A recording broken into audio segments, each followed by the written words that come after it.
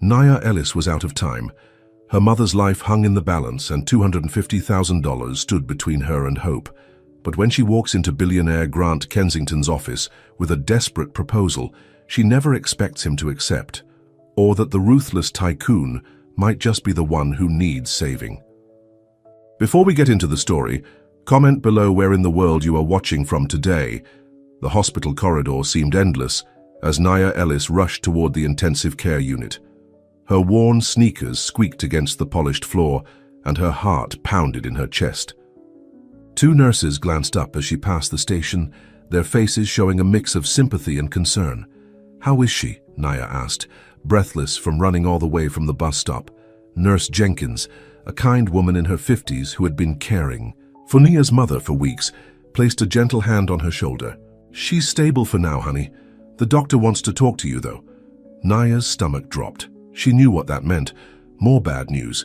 She found her mother exactly as she'd left her 12 hours ago when she had rushed home to change for work. Martha Ellis lay still against the white sheets, tubes and wires connecting her to machines that beeped steadily.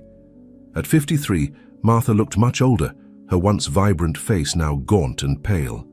"I'm here, Mum," Nia whispered, taking her mother's limp hand. "I got the extra shift at the diner so I can stay with you all morning." Dr. Patel entered the room, clipboard in hand. His expression made Nia brace herself. "Ms. Ellis, we need to discuss your mother's options," he said. "The medication isn't working as well as we'd hoped. Her heart is failing faster than we anticipated." Nia swallowed hard. "What about the surgery you mentioned before? The valve replacement is still the best option, but as I explained." He hesitated. "The insurance won't cover it," Nia finished for him. "I know, I've been calling them every day." Dr. Patel nodded. "Without the surgery, I'm afraid we're looking at weeks, maybe a month. I'm sorry." After he left, Nia sat beside her mother, fighting back tears. Martha Ellis had worked 2 jobs her entire life to raise Nia after her father abandoned them. She'd never complained, never asked for help, and now when she needed it most, the system was failing her because of money. "I'm going to fix this, Mom," Nia promised. "I don't know how, but I will." Later that afternoon, Nia sat in the hospital cafeteria, surrounded by crumpled papers and a calculator. No matter how she added up her savings, tips, and potential loans, she couldn't come close to the $250,000 needed for her mother's surgery. She absent-mindedly stirred her cold coffee while flipping through a discarded newspaper. A headline caught her eye. "Kensington Enterprises CEO makes Forbes 400 list again." The photo showed Grant Kensington III, tall, imposing, and impeccably dressed, looking down at the camera with cold eyes. The article described his recent business acquisitions and mentioned his status as one of the city's most eligible bachelors, despite his notorious aversion to relationships. Nia was about to turn the page when a smaller article below caught her attention. "Kensington faces citizenship challenge." According to the piece, the business tycoon's visa status was in question, and he needed to secure permanent residency within 3 months or risk losing control of his American holdings. An idea, desperate and wild, formed in Nia's mind. She'd heard of contract marriages before, arrangements where U.S. citizens married immigrants for money. It was illegal, she knew that, but people did it anyway. "This is crazy," she muttered to herself. But as she looked up at the ICU floor where her mother lay dying, Nia knew she had run out of options. The Kensington Enterprises headquarters towered over the city skyline, all glass and steel. Nia stood outside, clutching her worn purse, feeling ridiculously out of place in her simple dress and jacket, the nicest outfit she owned. "You can do this," she whispered to herself before pushing through the revolving doors. The security guard at the front desk looked her up and down suspiciously. "Can I help you, miss?" "I need to see Mr. Kensington," Nia said, trying to sound confident. The guard chuckled. "Do you have an appointment?" "No, but it's urgent. Tell him it's about his citizenship issue." The guard's smile faded. He picked up the phone and spoke quietly, then nodded. "Wait here." 15 minutes later, a stern-looking woman in a sharp suit approached. "I'm Amanda Wells, Mr. Kensington's executive assistant." "What's this about?" "I need..." To speak to Mr. Kensington personally, Nia insisted. It's a private matter that could benefit him greatly. Amanda's eyes narrowed. Mr. Kensington doesn't see anyone without an appointment, especially not... She paused, giving Nia's appearance a quick assessment, especially not someone like me. Nia finished for her. Tell him I have a solution to his immigration problem, one that won't involve his lawyers or the press. Something in Nia's determined expression must have convinced Amanda. Wait here, she said before disappearing into an elevator. 10 minutes later, Nia found herself being escorted to the top floor of the building. The elevator opened directly into a vast office with floor-to-ceiling windows overlooking the city. Behind an enormous desk sat Grant Kensington III. He looked even more intimidating in person than in photographs. Tall and broad-shouldered, with dark hair and piercing blue eyes, he emanated power and control. He didn't stand when Nia entered. You have 2 minutes, he said without looking up from his computer. Nia took a deep breath. I have a proposition for you, Mr. Kensington. If you're selling something, I'm not interested. I'm selling myself, Nia said bluntly. That got his attention. His head snapped up, eyes narrowing. Excuse me. Not like that, Nia quickly clarified. I'm offering a marriage. 1 year, no strings attached. You get your green card and I get... Get out, he interrupted, turning back to his computer. My mother is dying, Nia continued desperately. She needs heart surgery that costs $250,000. Insurance won't cover it. I need the money, and you need citizenship. It's a fair trade. Grant leaned back in his chair, studying her with cold calculation. And why would I choose you when I could hire the best immigration lawyers in the country? Because even the best lawyers can't guarantee results, especially with the current administration's crackdown on visa applications. A marriage to an American citizen is certain, and I'm not looking for anything beyond the money for my mother's surgery. Once she's better and your green card is secure, we can quietly divorce. Grant stood and walked around his desk. He was easily a foot taller than Nia, but she refused to be intimidated. What's your name? He asked. Nia Ellis. He circled her, slowly like a predator assessing prey. No criminal record, no hidden scandals? No, I work as a waitress and take night classes at the community college. I'm boring and respectable. And what makes you think I would trust you? What's to stop you from demanding more money once we're married? Nya met his gaze directly. I'll sign anything you want.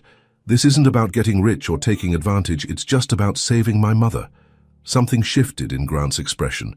Not warmth exactly, but perhaps a glimmer of respect. Amanda, he called, and his assistant appeared instantly. Get Peterson from legal up here and have someone run a background check on Ms. Ellis. Does this mean you're considering it? Nia asked cautiously. Grant returned to his desk. It means I'm not having you thrown out yet. Wait outside. 3 hours later, Nia sat across from Grant and his lawyer in a conference room. She'd been photographed, fingerprinted, and questioned extensively. Now a contract lay on the table between them. The terms are simple, said Peterson. A balding man with glasses. You will marry Mr. Kensington within the week. You will live in his home for 1 year and accompany him to necessary social and business functions as his wife. You will sign a non-disclosure agreement. In return, Mr. Kensington will pay for your mother's medical expenses and provide you with a monthly stipend. I don't need a stipend, Nia clarified. Just my mother's surgery and care. Grant raised an eyebrow. Most people would ask for more. I'm not most people. I just want my mother to live. Grant studied her for a long moment. The surgery will be arranged at Manhattan Methodist. They have an excellent cardiac unit. You'll move into my home this weekend. We marry on Monday. That fast? Nia asked, suddenly overwhelmed by how quickly. Her desperate idea was becoming reality. Immigration officials are reviewing my case next month. We need to establish our relationship immediately. He pushed the contract toward her. Sign it if you agree. Nia's hand trembled slightly as she took the pen. Can I tell my mother the truth? No, Grant said firmly. As far as anyone is concerned, we met 3 months ago and had a whirlwind romance. The fewer people who know the truth, the better. Nia nodded and signed her name. As Grant added his signature, she couldn't help but wonder what she had just gotten herself into. By Saturday, Martha Ellis had been transferred to Manhattan Methodist Hospital under the care of one of the top cardiac surgeons in the country. Nia sat beside her mother's bed, holding her hand as the doctor explained the procedure scheduled for Monday morning. "It's a miracle," Martha whispered after the doctor left. "How did you manage this, honey?" Nia forced a smile. "I met someone. Mom, someone special who wants to help us." "A man?" Martha's eyes widened. "Why haven't you mentioned him before?" "It happened fast," Nia said, the lie bitter on her tongue. "His name is Grant Kensington. We're getting married." Martha looked shocked. "Married? Nia, you've never even mentioned dating anyone." "I know it seems sudden, but when you know, you know." Nia squeezed her mother's hand. "He's taking care of the hospital bills. He wants to help." "Kensington, why is that name familiar?" Martha's brow furrowed. "He's a businessman. Quite successful." Nia changed the subject quickly. "The important thing is your surgery, Mum. The doctor says your chances are excellent." Later that afternoon, Nia packed her few belongings into a single suitcase. Her apartment, a tiny studio she could barely afford, looked bare even with most of her things still in it. She told her landlord she was moving out and given notice at the diner. At precisely 5 p.m., a sleek black car pulled up outside her building. The driver, a man in a dark suit, loaded her suitcase into the trunk without a word. As the car pulled away from the curb, Nia looked back at the life she was leaving behind. By this time tomorrow, she would be living in a mansion with a man she barely knew, preparing to become his wife, a man who had bought her, just as surely as if they'd signed a bill of sale instead of a marriage contract. The iron gates of the Kensington estate opened as the car approached. Nia stared wide-eyed at the sprawling mansion that came into view. It was bigger than she had imagined, a massive structure of stone and glass perched on a hill overlooking the city. The car stopped at the front entrance, where Amanda Wells, Grant's assistant, waited with a tablet in hand. "Welcome, Ms. Ellis," she said without warmth. "Mr. Kensington is in a meeting, but I'll show you to your room and review the schedule for tomorrow." Ness followed Amanda through the massive front doors into a grand foyer with a sweeping staircase.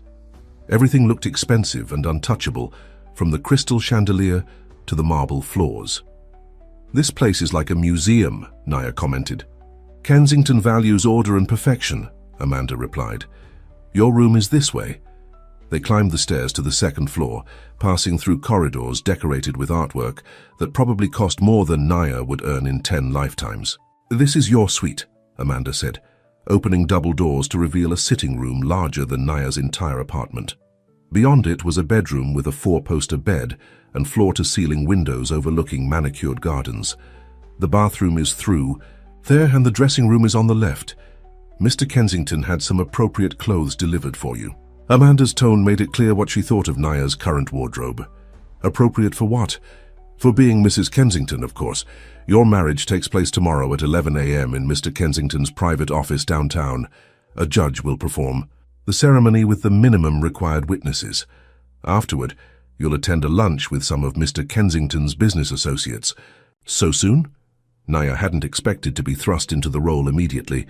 The sooner people see you as a couple, the more convincing it will be.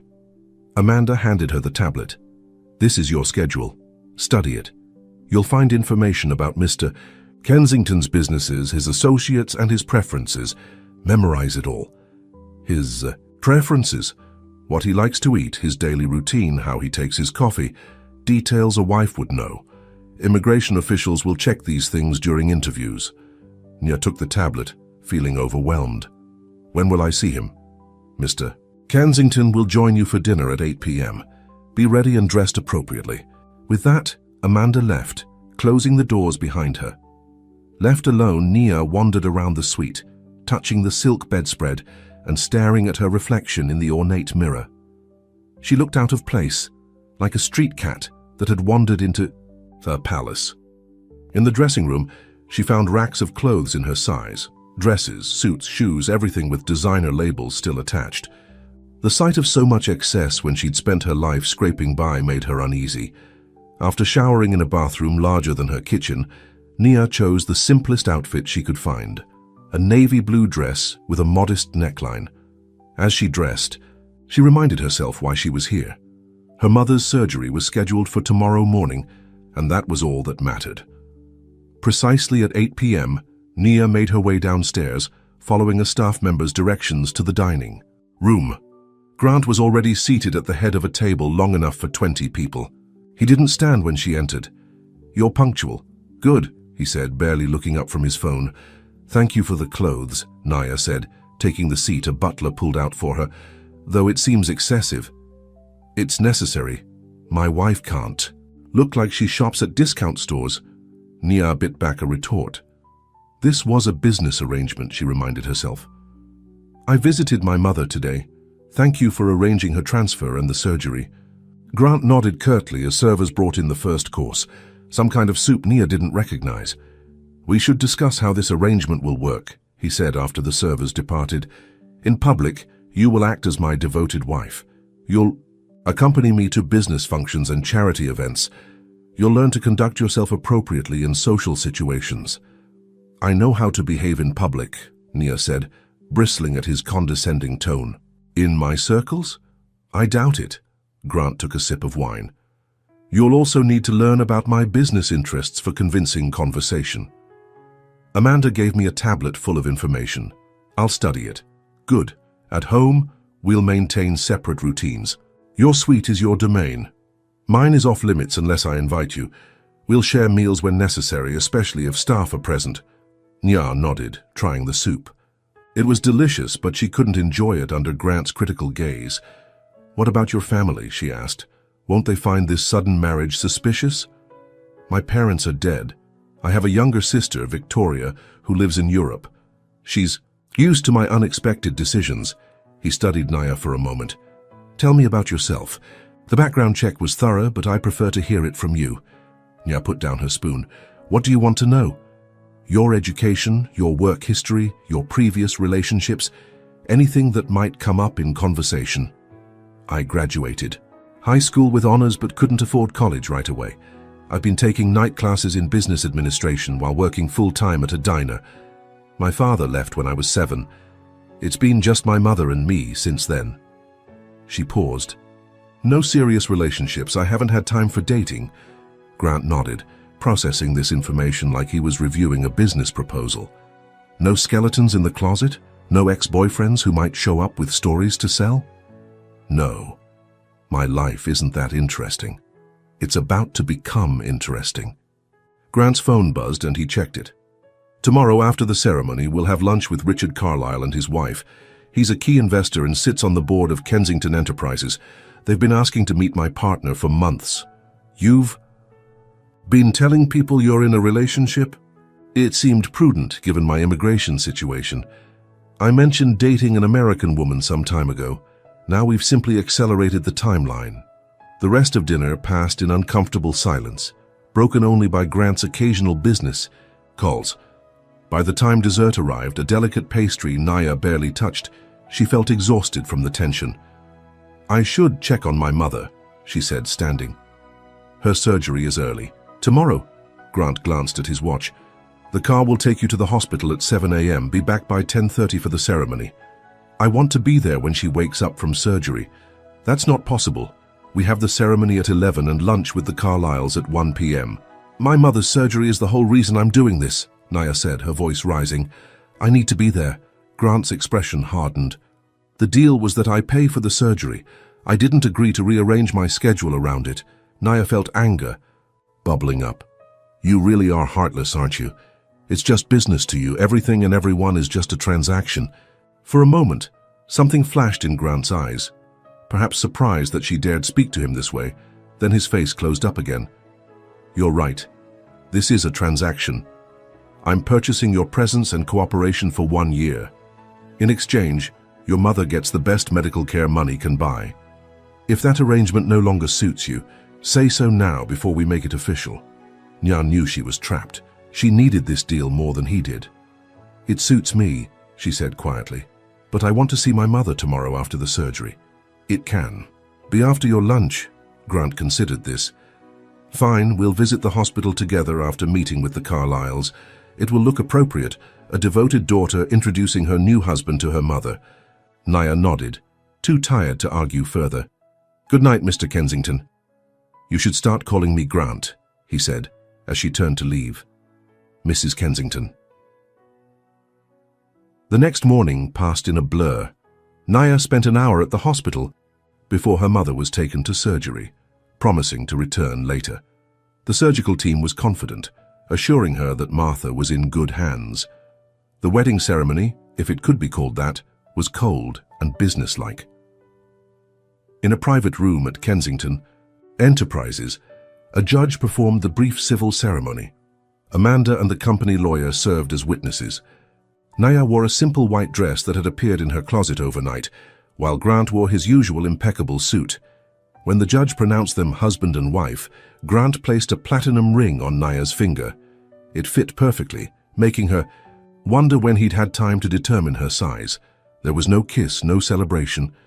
The judge and witnesses left, and Amanda immediately handed Naya a folder of documents, her new identification as Mrs. Kensington.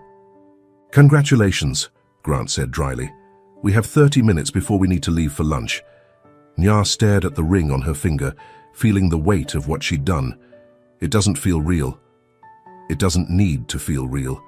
It just needs to look real. Grant checked his phone. "Your mother's surgery is going well. I had my assistant check." The gesture surprised Naya. "Thank you." Grant nodded, his expression unreadable. "The Carlyles are important to my business. Richard's wife, Eleanor, is particularly perceptive. She'll be watching us closely for any signs that this marriage isn't genuine." "What's our story? How did we meet?" 3 months ago, at a charity fundraiser, you were working at the event, and I was impressed by your directness. We began dating discreetly, and I proposed last month." "Fast romance," Naya commented. "I'm known for making quick decisions when I see value." Grant's eyes met hers. "Remember, for the next year, you're no longer Naya Ellis, the waitress. You're Mrs. Kensington, my wife and partner." The restaurant was private and exclusive, with panoramic views of the city. Richard Carlyle, a distinguished man in his 60s, and his elegant wife, Eleanor, were already seated when Grant and Naya arrived.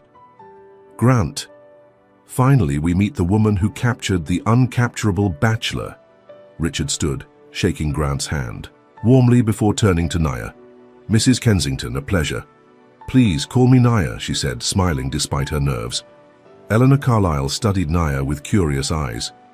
"Grant has been so secretive about you.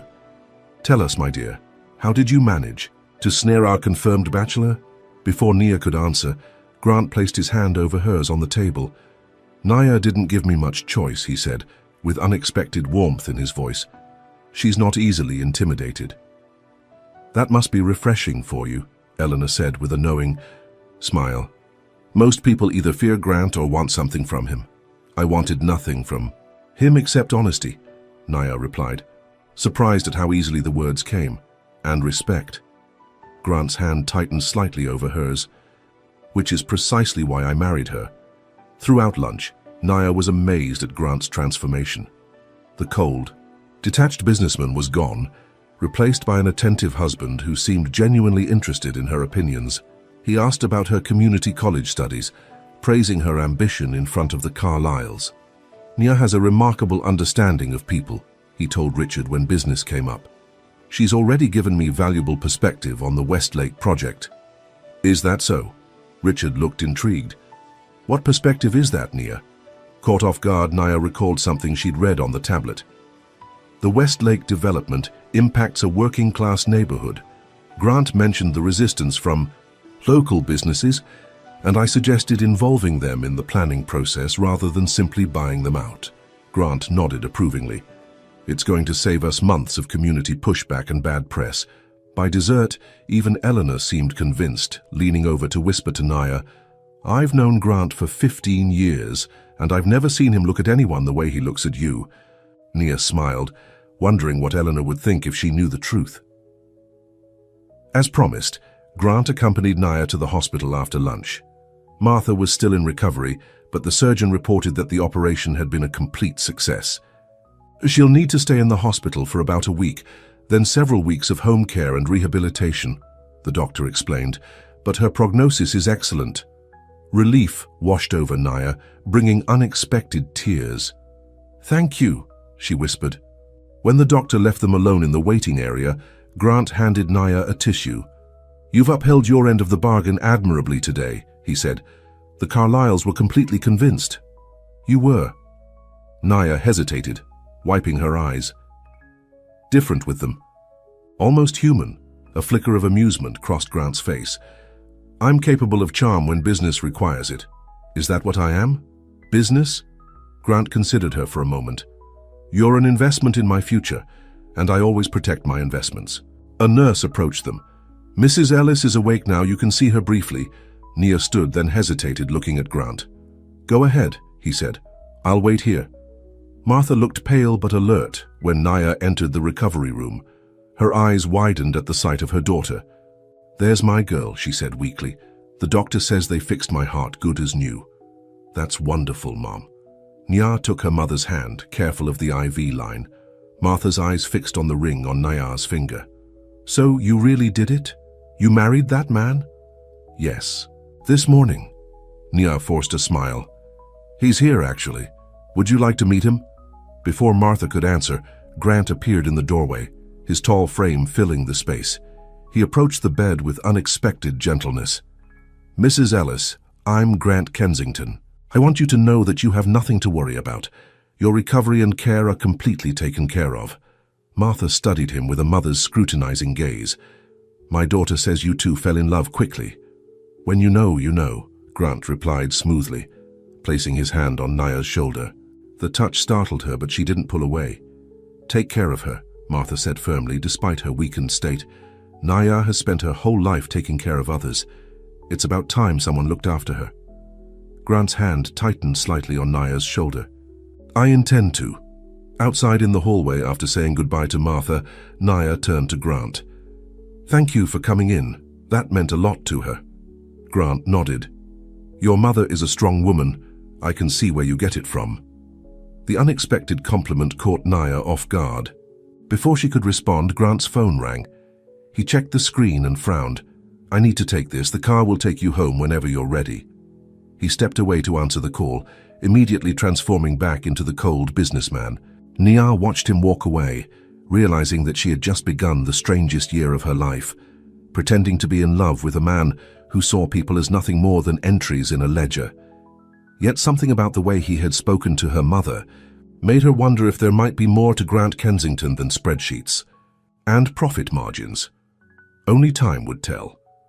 1 month into their marriage, Naya stood at the window of her suite, watching the rain streak down the glass. Outside, gardeners worked despite the weather, maintaining the perfect landscape of the Kensington estate. Perfect, just like everything else in Grant's world. Perfect and cold. Her mother was recovering well at a rehabilitation facility, another expense Grant had covered without comment. Nia visited her daily, carefully maintaining the charade of happy newlywed whenever staff was present. "He's just so busy with work," she would explain when Martha asked why Grant rarely accompanied her. "But he asks about you every day." The lie tasted bitter, but it was easier than the truth, that most days Nia barely saw her husband. Their interactions were limited to occasional dinners and public appearances, where Grant played the role of devoted spouse with surprising skill. Knock at her door interrupted her thoughts. She opened it to find Amanda. "Mr. Kensington requests your presence at dinner tonight," the assistant said crisply. "You'll be hosting the Japanese investment team. Wear the red dress from Valentino, hair up, subtle makeup."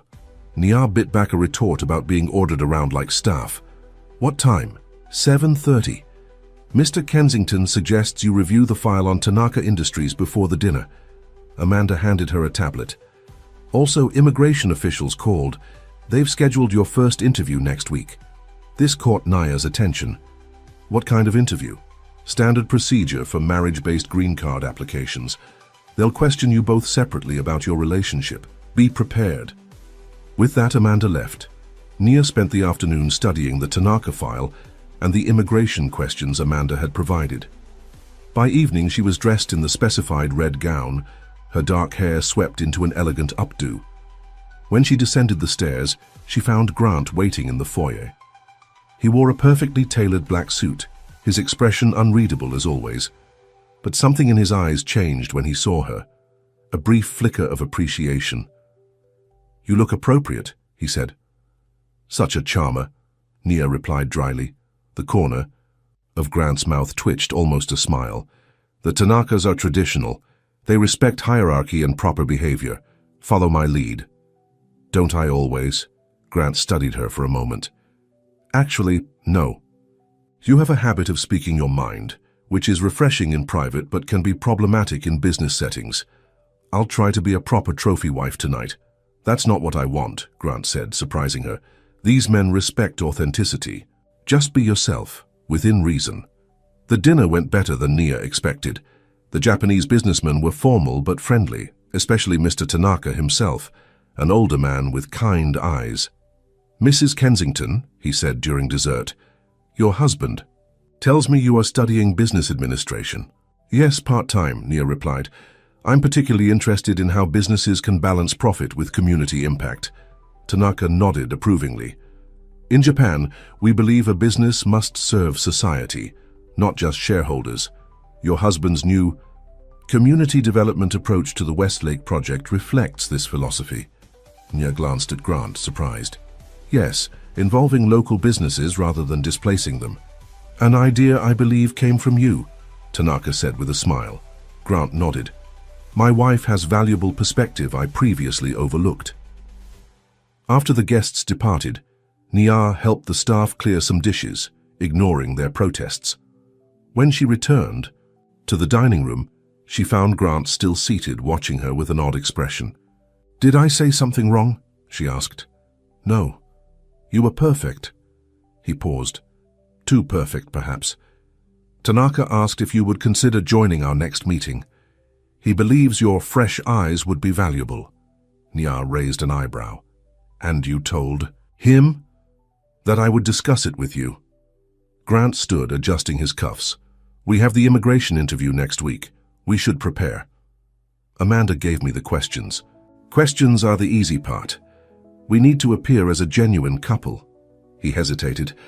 "We need to know more about each other. Personal details." "Like what?" "Like how you take your coffee, your favorite books, whether you sleep on the left or right." "Side of the bed," Nia laughed. "Immigration officers aren't going to ask which side of the bed I sleep on." "They might. And we've never shared a bed." The statement hung in the air between them, suddenly heavy with implication. "I sleep on the left," Nia said finally. "And I like my coffee with just a little milk, no sugar." Grant nodded. "I sleep on the right, black coffee." "Shocking," Nia said with a small smile. "The man who runs on spreadsheets and profit margins takes his coffee black." That almost smile appeared again on Grant's face. "We should spend more time together this week. Make it convincing. Convincing enough to fool government officials, convincing enough to fool anyone." The week that followed was strange. Grant began joining Nia for breakfast each morning. They took walks around the grounds, during which he asked about her childhood, her dreams, her favorite memories. He shared little in return, but he listened to her stories with genuine interest. One evening they sat in his study reviewing their relationship timeline when Grant asked, "Why did you never pursue college full-time?" "Money," Nia said simply. "Mom got sick the first time when I was 18. Medical bills took everything we had saved for my education. What would you have studied?" "Business still, but with a focus on non-profit management," she smiled wistfully. "I wanted to start a foundation to help families dealing with medical crises, people who fall through the cracks of the system." Grant looked thoughtful. "That's still possible. You could finish your degree now."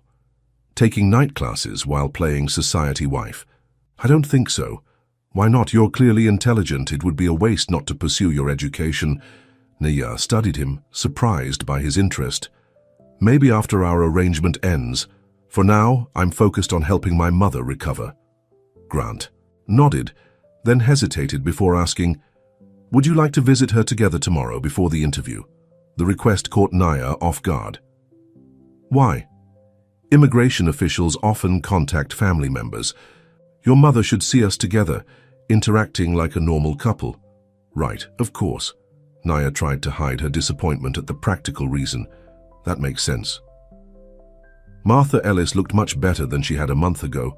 Color had returned to her cheeks, and she was sitting up in a chair when Nia and Grant arrived at the rehabilitation center. "There's my daughter and her mysterious husband." Martha's face lit up. "I was beginning to think he was avoiding me."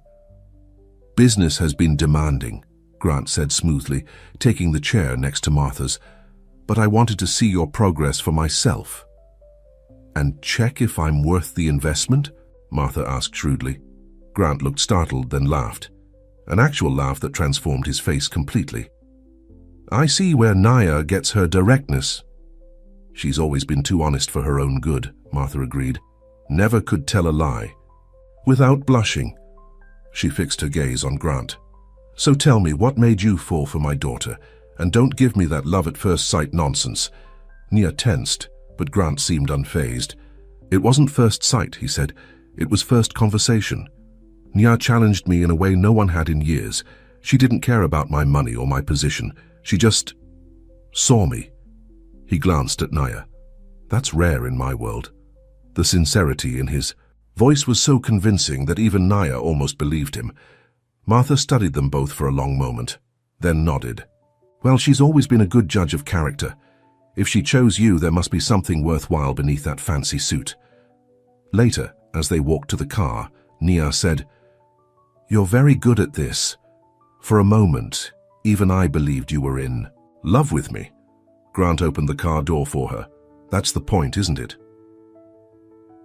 The immigration office was sterile and unwelcoming. Naya and Grant sat side by side in a waiting room, surrounded by other couples in similar situations. "Mr. and Mrs. Kensington?" A stern-looking woman appeared at a door. "I'm Officer Garcia. We'll be conducting your interview separately.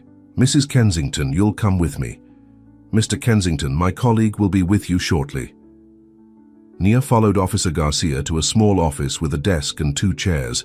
The woman gestured for her to sit, then opened a file.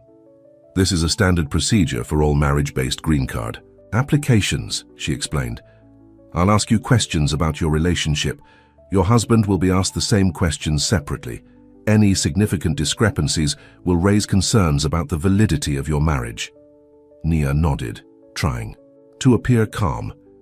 "How did you meet Mr. Kensington?" "At a charity fundraiser 3 months ago. I was working the event, and he was a donor."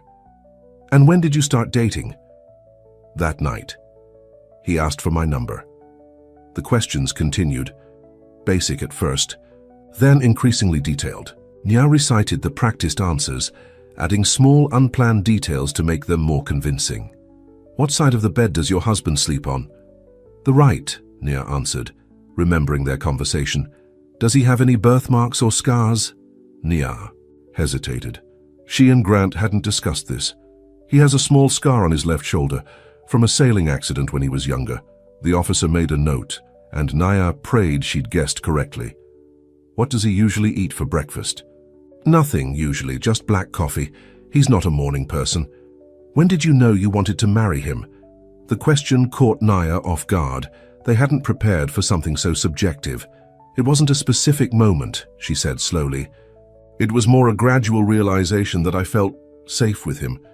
Not because of his money or position, but because underneath all that there's someone solid and reliable. Someone who sees me clearly."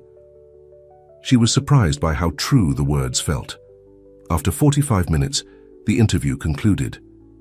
Nia was escorted to another waiting room to wait for Grant. When he finally appeared, his face revealed nothing. "How did it go?" she asked once they were in the car. "Fine. You?" "I think okay. I had to guess about the scar on your shoulder." Grant glanced at her. "Lucky guess. I do have a scar there." "From a sailing accident?" "From a broken bottle. My father threw it during one of his rages." Grant's voice was flat, matter-of-fact. Nia stared at him, shocked by this glimpse into his past. "I'm sorry, I didn't know." "Why would you? It's not in any of the company bios." "Your father was violent?" Grant's hands tightened on the steering wheel. "He was a drunk, brilliant businessman, terrible human being." "Is that why you don't drink? I've noticed you only have water at dinners." Grant looked surprised that she'd noticed. "Partly. Also, I prefer to stay in control. They drove in silence for a while before Naya asked, "Do you think we passed the interview?" "Yes." Officer Wilson seemed satisfied. "We should hear within a few weeks." When they arrived home, Grant paused before they entered the house. "Naya, thank you for today." It was the first time he'd thanked her for anything related to their arrangement. "It's what you're paying me for," she replied, instantly regretting the words when she saw his face close up again. "Of course. Good night, Mrs. Kensington." 2 weeks later, Grant's green card was approved. He brought the news to Naya as she sat in the garden reading. "Congratulations," she said. "Half of our contract is fulfilled." "Indeed." Grant sat beside her on the bench. "How is your mother?" "Better every day. The doctors say she can move to my apartment next month." Grant frowned. "Your former apartment, you gave it up. So I'm looking for a new place for her, something with an elevator and better security." "That won't be necessary. She can stay in the guest house here." Nia looked at him in surprise. "Why would you do that?" "It's practical. She needs ongoing care, and there's staff here to help. Also, it would look strange if my mother-in-law lived elsewhere when we have plenty of space." "So it's about appearances, isn't everything?" Grant stood. "I have a charity gala tonight. Amanda laid out a gown for you." Another command performance as the devoted wife. Grant's expression hardened slightly. "If you prefer not to attend, I can make excuses." "No, I'll go. It's what you're paying me for, right?" Something flickered in Grant's eyes, hurt perhaps, though Naya couldn't be sure. "The car leaves at 7, he said, turning to leave. After he was gone, Nia sighed. She didn't understand why she kept reminding him of their arrangement. Perhaps it was easier than acknowledging the confusion she felt whenever he showed glimpses of humanity, like offering a home to her mother or listening to her dreams of education. That night at the gala, Naya played her role perfectly. She smiled at the right moments, laughed at the right jokes, and stood proudly by Grant's side as he accepted an award for corporate philanthropy. "None of this would be possible without my wife's influence," he said in his acceptance speech, his hand warm at the small of her back. "Naya reminds me daily that true success is measured not in profits, but in positive impact." The crowd applauded, and Nia stared at him, wondering how much of the statement was performance and how much might be sincere. Later, as they danced, Grant pulled her closer than usual. "You look beautiful tonight," he murmured. "Thank you," she said, conscious of his hand on her waist, the subtle scent of his cologne. "You give a good speech, very convincing." "Not everything I say about you is for show, Naya." Before she could respond, they were interrupted by Richard Carlyle. "Grant, just the man I needed to see. Sorry to interrupt your dance, but there's someone you must meet." Grant nodded, releasing Naya. "I'll be right back," he promised, but he didn't return. Caught in a series of business conversations, he remained across the room for the rest of the evening. Nia didn't mind. It gave her time to compose herself, to remember that this marriage was a business arrangement, nothing more. She was just beginning to consider finding Grant to leave when a striking blonde woman approached her. "So you're the famous Naya," the woman said, her British accent crisp and clear. "I've been dying to meet you." "I'm sorry, have we been introduced?" Nia asked. "Not yet, I'm Victoria Kensington." The woman's smile didn't reach her eyes. "Grant's sister." Nia's heart sank. Grant had mentioned his sister lived in Europe. Hadn't mentioned she would be visiting. "Victoria, it's lovely to meet you. Grant didn't tell me you were in town." He didn't know.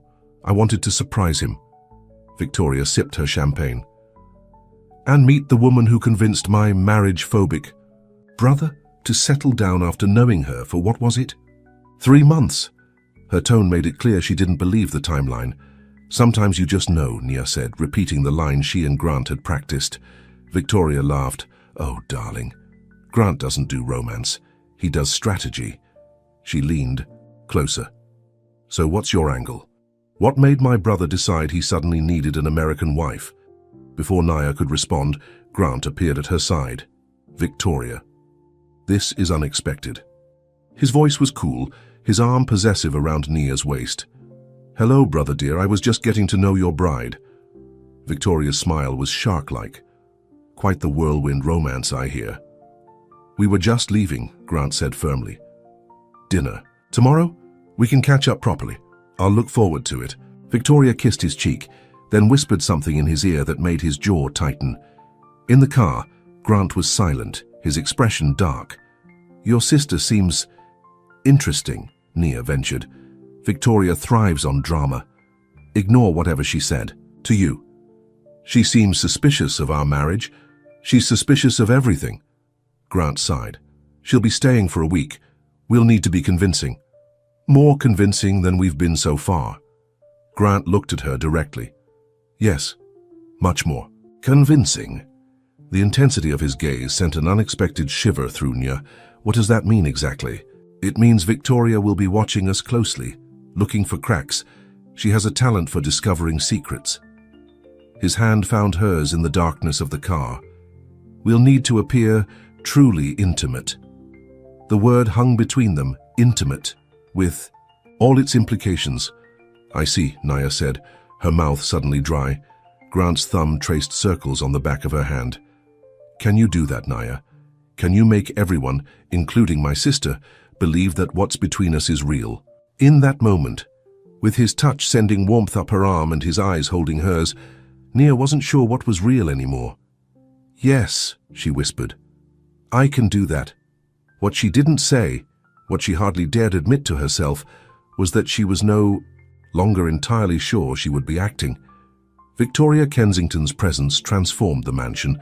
Suddenly, the quiet, ordered household became a stage for her dramatic entrances and exits, her laugh echoing through rooms that had known only hushed conversations.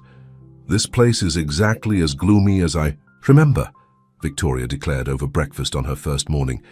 Honestly, Nia, how do you stand it? It's like living in a museum. Grant, reading financial reports at the head of the table, didn't look up. Not everyone needs constant chaos to feel alive, Victoria. No, some people need no life at all. Victoria winked at Nia. Has he shown you his color-coded closet yet? Everything arranged by shade and season. Despite herself, Nia smiled. I assumed his assistant did that. Oh, no, that's all, Grant. Control freak from the cradle. Victoria buttered her toast. So, newlyweds, how's married life? Nia felt Grant's eyes on her. Adjustment period, she said carefully. But good. Victoria raised an eyebrow. Adjustment period. That doesn't sound very romantic. What, Nia? Means, Grant interjected, reaching for her hand across the table, is that we're learning to blend our lives. My schedule isn't always easy to work around. The casual intimacy of his touch still startled Nia, though they'd agreed to increase these gestures during Victoria's visit. Speaking of schedules, Grant continued, I have meetings until noon, but I'm free this afternoon if you'd like to visit your mother. Nia nodded. She'd like that. She's been asking about you. Domestic bliss, Victoria commented, her tone skeptical. Never thought I'd see the day. Over the next few days, Grant and Nia maintained a careful performance. They touched more, frequently, his hand at her waist, her fingers brushing his arm. They sat closer on the couch during evening drinks. Once, when Victoria entered the room unexpectedly, Grant pulled Nia into a kiss that left her breathless and confused. Sorry, he murmured after Victoria left. She was watching through the doorway. It's fine, Nia said, her heart racing. Part of the job, but it didn't feel like a job anymore, that was the problem. Each touch, each shared glance, each private joke blurred the lines of their arrangement. Nia found herself looking forward to their evenings together, enjoyed making Grant almost smile with her observations. Worse, she caught herself watching him when he didn't notice, the way his brow furrowed in concentration, how his hands moved when he explained something he cared about, the rare moments when his guard dropped and she glimpsed the man behind the businessman. Victoria, meanwhile, watched them like a hawk, dropping casual comments designed to catch them in a contradiction. Grant, remember that villa in Tuscany where we stayed as children? You should take Nia there for a proper honeymoon. We agreed to postpone travel until Martha is fully recovered, Grant replied smoothly. Victoria turned to Nia. Has he taken you sailing yet? Grant practically lived on boats as a teenager. Not yet, Nia said, but he's promised to teach me this summer. It was exhausting, this constant vigilance, never knowing when Victoria might set another trap. But to Nia's surprise, She and Grant became a well-oiled machine, anticipating each other's responses, creating a shared history that felt almost real. One evening, after a particularly trying dinner with Victoria and some of her friends visiting, from London, Grant found Nia in the library. "You were brilliant tonight," he said, pouring himself a rare glass of scotch. "Even I almost believed we've been together for months." Nia looked up from her book. "Victoria is persistent. Does she always interrogate people like this?" "Only when she suspects something." Grant sat beside her on the couch. "Which is always. Our father taught her to look for weaknesses, just as he taught me." "Sounds like a lovely childhood," Nia said dryly. Grant's laugh was short and without humor. "Our father believed vulnerability was a fatal flaw. Victoria dealt with it by becoming the thing he feared: emotional, unpredictable, fully alive. I went the opposite direction. You shut everything down. I compartmentalized." Grant swirled the amber liquid in his glass. "It was more efficient." "And lonely," Nia said softly. Grant looked at her, really looked at her, in a way that made her breath catch. "Yes, but I never noticed until recently." Before Nia could respond, Victoria burst into the room. "There you are. I've had the most brilliant idea. Let's look at your wedding photos." Nia felt her stomach drop. There were no wedding photos. Their ceremony had been private, clinical, without celebration. Grant didn't miss a beat. "We haven't received them yet. The photographer is still editing," Victoria pouted. "Not even one for social media? No one even announced your marriage publicly. It's strange." "We wanted privacy," Grant said firmly. "So strange," Victoria repeated, studying them both, "almost as if you're hiding something." That night, as Nia prepared for bed, there was a knock at her door. She opened it to find Grant, still dressed in his evening clothes. "We have a problem," he said, entering her room and closing the door. "Victoria's been asking the staff questions about us." "What kind of questions?" "About our relationship, whether we share a bedroom." His expression was grim. "She's suspicious, and she won't let it go." Nia sat on the edge of her bed. "What do we do?" Grant ran a hand through his hair, a rare gesture of frustration. "We need to be more convincing. Victoria knows I've always kept my suite private, even from family. The fact that you and I maintain separate rooms is feeding her suspicion." Nia understood what he wasn't saying. "You think we should share a bedroom, just while she's here for appearance's sake?" Grant wouldn't meet her eyes. "I can sleep in the sitting area. You won't even know I'm there." The idea of Grant in her private space, even in another room, sent a flutter through Nia's stomach. "Fine, if you think it's necessary." "I do." He finally looked at her. "Thank you, Nia. I know this goes beyond our agreement. Well, I'm getting the better end of the deal, aren't I? My mother's healthy, living in your guest house with the best care money can buy. I can handle a roommate for a few days." Grant nodded, his expression unreadable. "I'll have some of my things moved in tomorrow. Victoria will notice." After he left, Nia lay awake for hours, wondering how she had gone from a business arrangement to sharing living quarters with a man who confused her more each day, a man who could be cold and distant one moment, then surprisingly thoughtful the next, a man she was beginning to care for, despite every rational thought telling her not to. The next day, Victoria noticed immediately when Nia emerged from Grant's master suite instead of her own room. "Well, well," she said, looking up from her coffee. "Finally decided to act like a real married couple?" Nia felt her cheeks warm. "We've always been a real married couple." "Of course you have." Victoria's smile was knowing.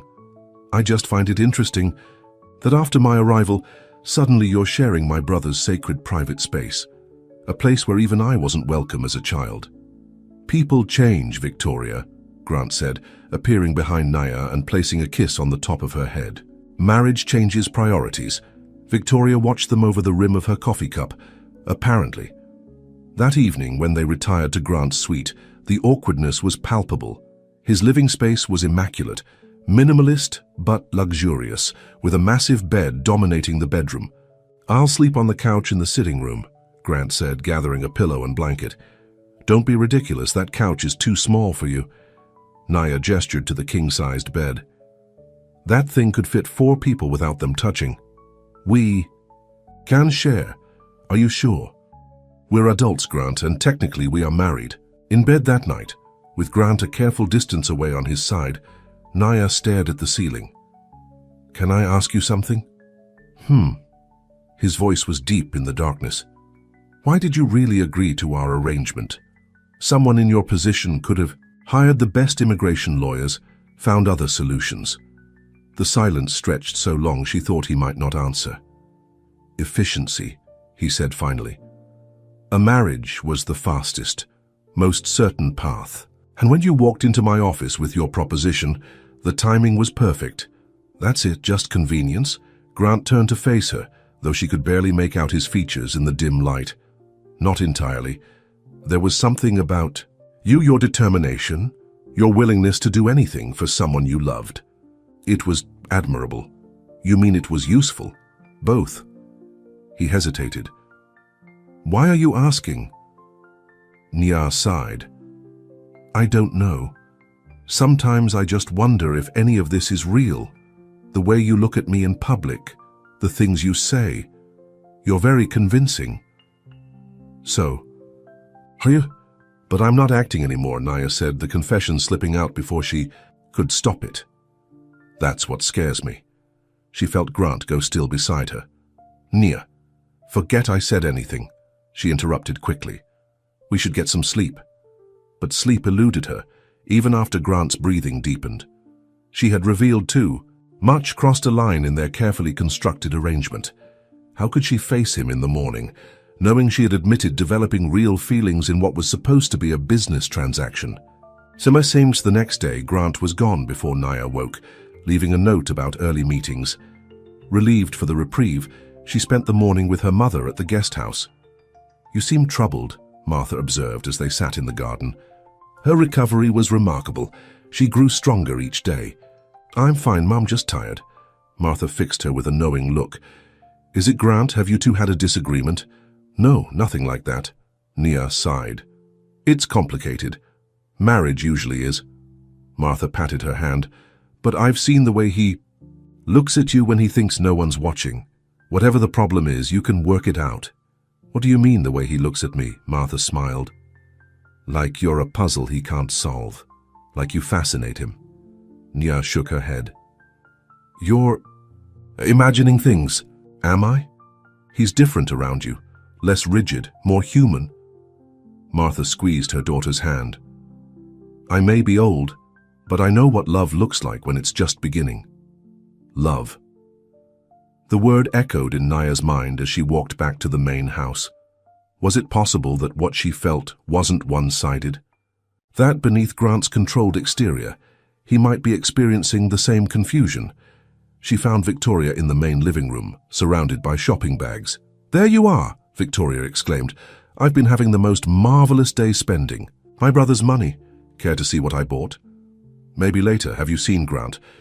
He called to say he'd be late. Some crisis at the office. Victoria studied Nia's face. Trouble in paradise? No, just a question about dinner, Nia lied. Victoria patted the couch beside her. Come sit with me, sister-in-law, let's chat. Warily, Nia complied. I've been watching you and my brother, Victoria said, her tone conversational, and something doesn't add up. What do you mean? Grant doesn't do love. He doesn't do emotion. He's exactly like our father in that way. Victoria leaned closer. So why, after 35 years of avoiding entanglements, would he suddenly marry a waitress with no connections, no money, and no strategic value to his empire?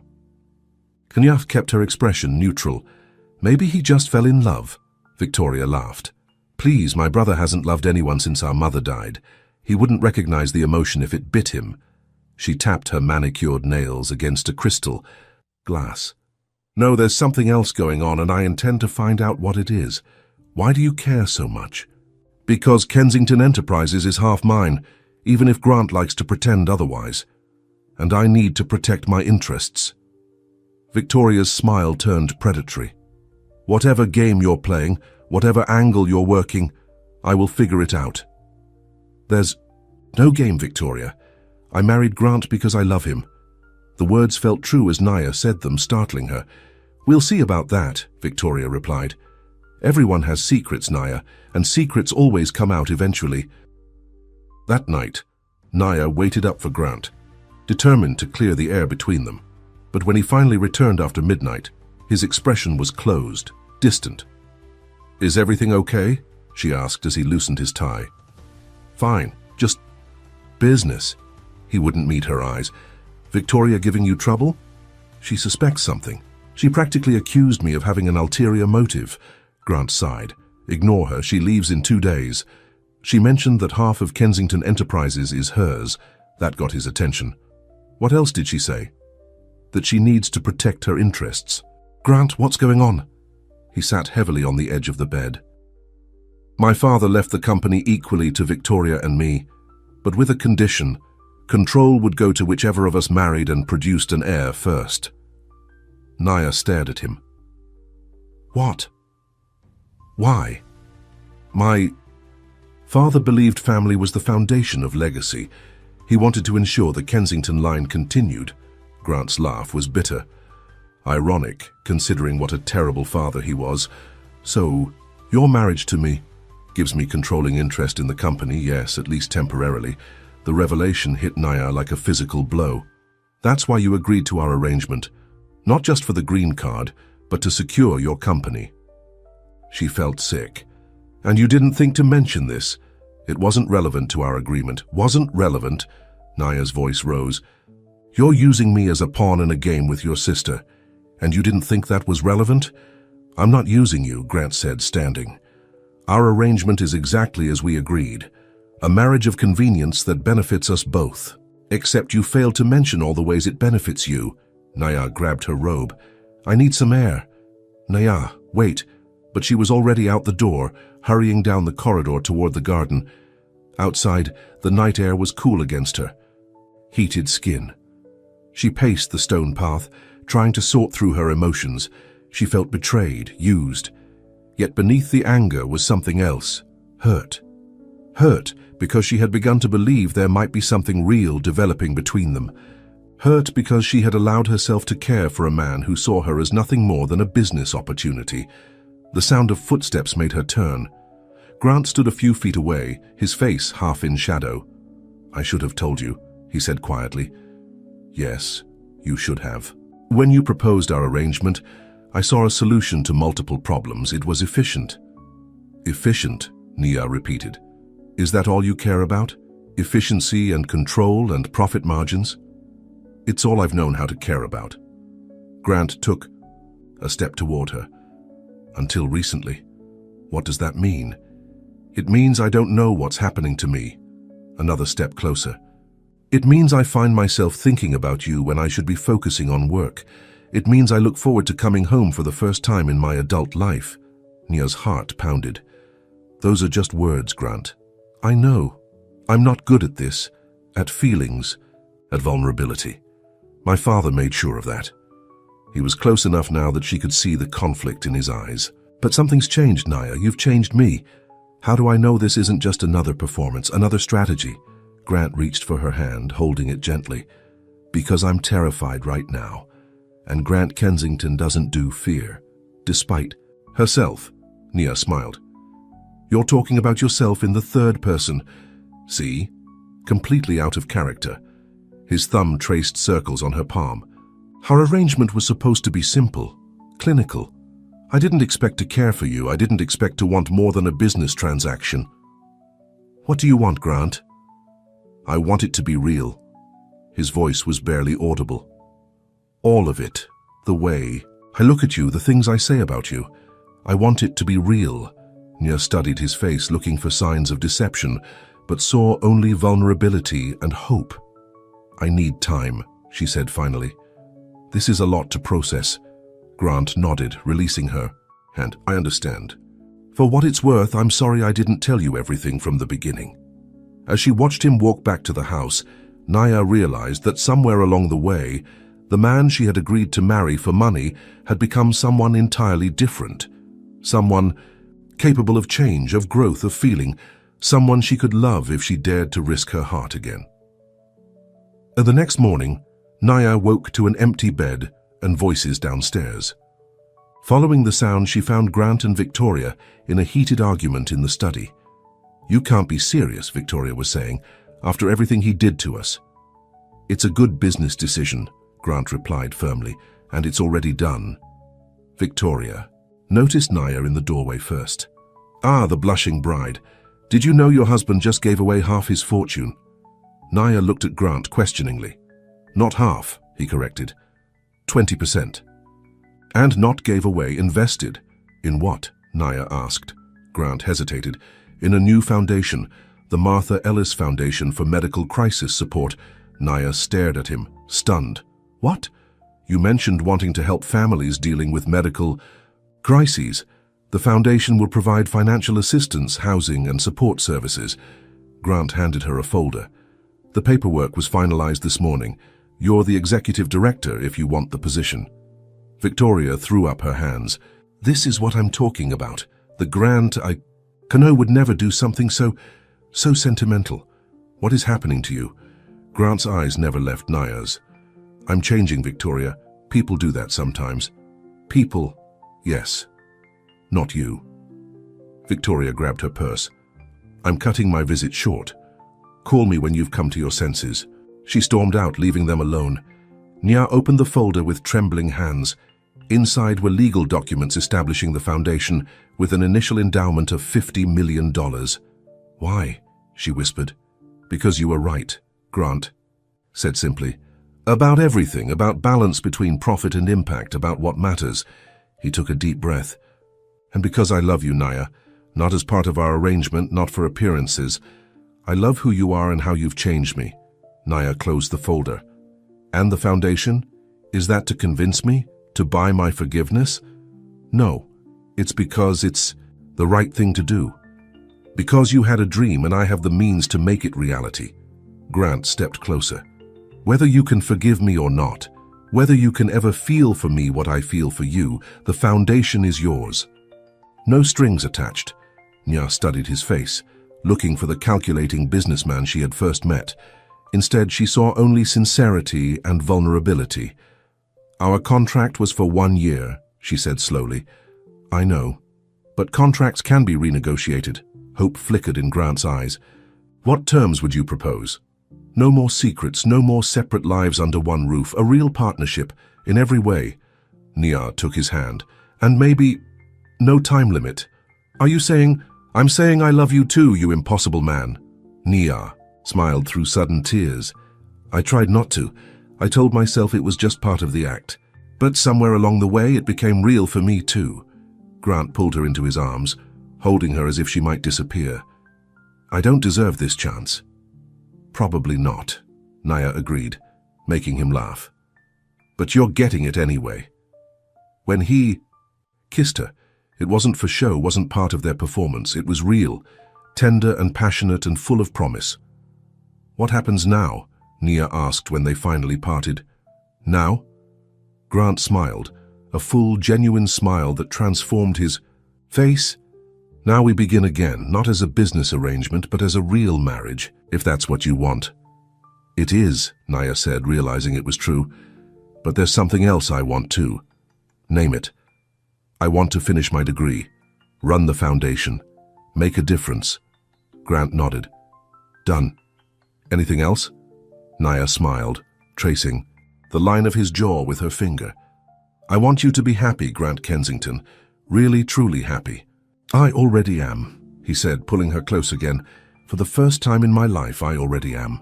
6 months later, Martha Ellis sat in the front row of the university auditorium, watching proudly as her daughter received her business degree.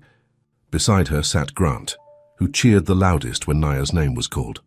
The Martha Ellis Foundation was already helping dozens of families, with plans to expand nationally. Naya split her time between running the foundation and taking an increasingly active role in Kensington Enterprises, where her perspective had led to a new corporate responsibility initiative. Victoria had eventually come around, especially after seeing the positive press and goodwill generated by the foundation.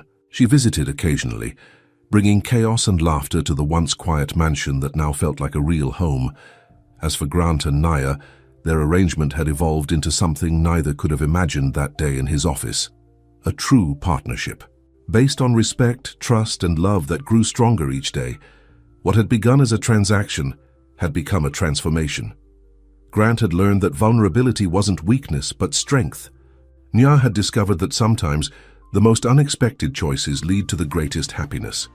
And together, they had found that some things couldn't be bought, sold, or negotiated. They could only be given freely, from the heart. The end.